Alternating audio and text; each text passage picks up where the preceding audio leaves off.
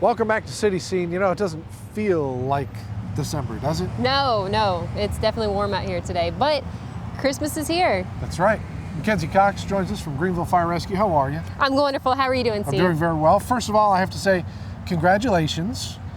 I can't really call you Mackenzie Cox anymore now, can I? Oh, he's letting the cat out of the bag. Mackenzie Newkirk. Mackenzie Newkirk, our newlywed, is with us today. We appreciate you coming back on the show. You know, last year when we did the Christmas tree safety, it was so cold. It was, and this year we got a definite flip-flop in the weather. It's warm out here today. I know a couple of days it'll be freezing, but this is information that will last no matter how warm it is outside. Exactly. So, Christmas tree safety.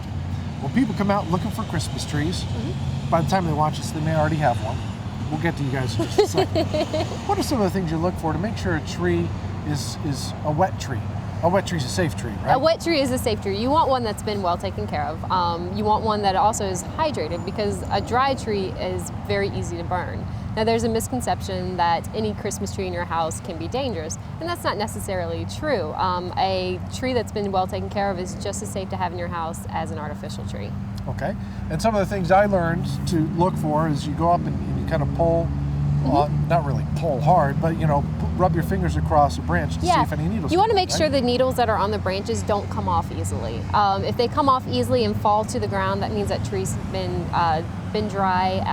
And again, the drier trees are the ones that will catch fire easily.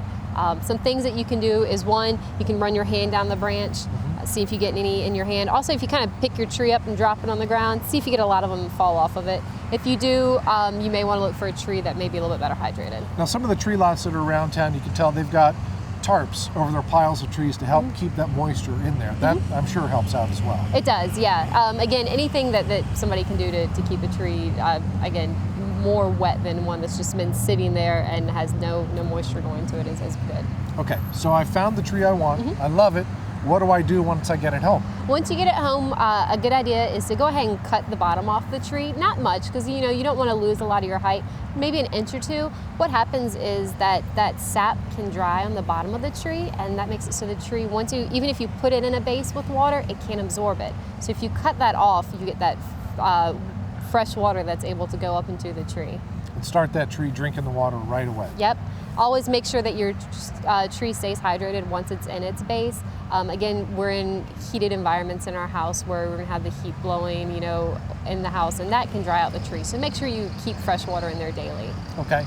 Now, I'm sure it's a no-no, candles in trees. Candles in trees are a no-no. Yeah. Some other things to think about is check your Christmas tree lights. Make sure they're not frayed or have any wires that are sticking out of them. Make sure that they are tested from a reputable company like United Laboratories, UL. You'll see that stamped on there. Also, don't have it anywhere close to an open fire or even heated vents, but you try to keep it at least 3 feet away from any sort of heating sources.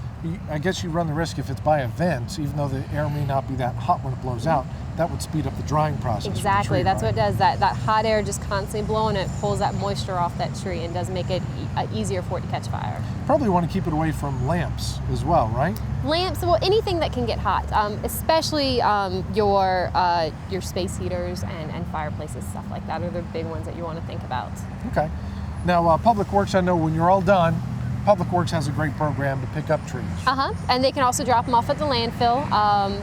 You can also cut trees up into smaller pieces to put into your regular trash that you'd have taken away. Don't take a dried out tree though, and just lean it up against your house where it stays out there. Again, it's going to continually dry out, and you want to make sure that that's away from your house.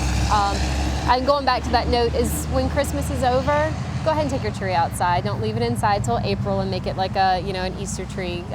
It's going to be dry. I've never heard of anyone doing that before. You never know. I guess it can happen. People leave their Christmas trees lights up, and you see the lights outside into July.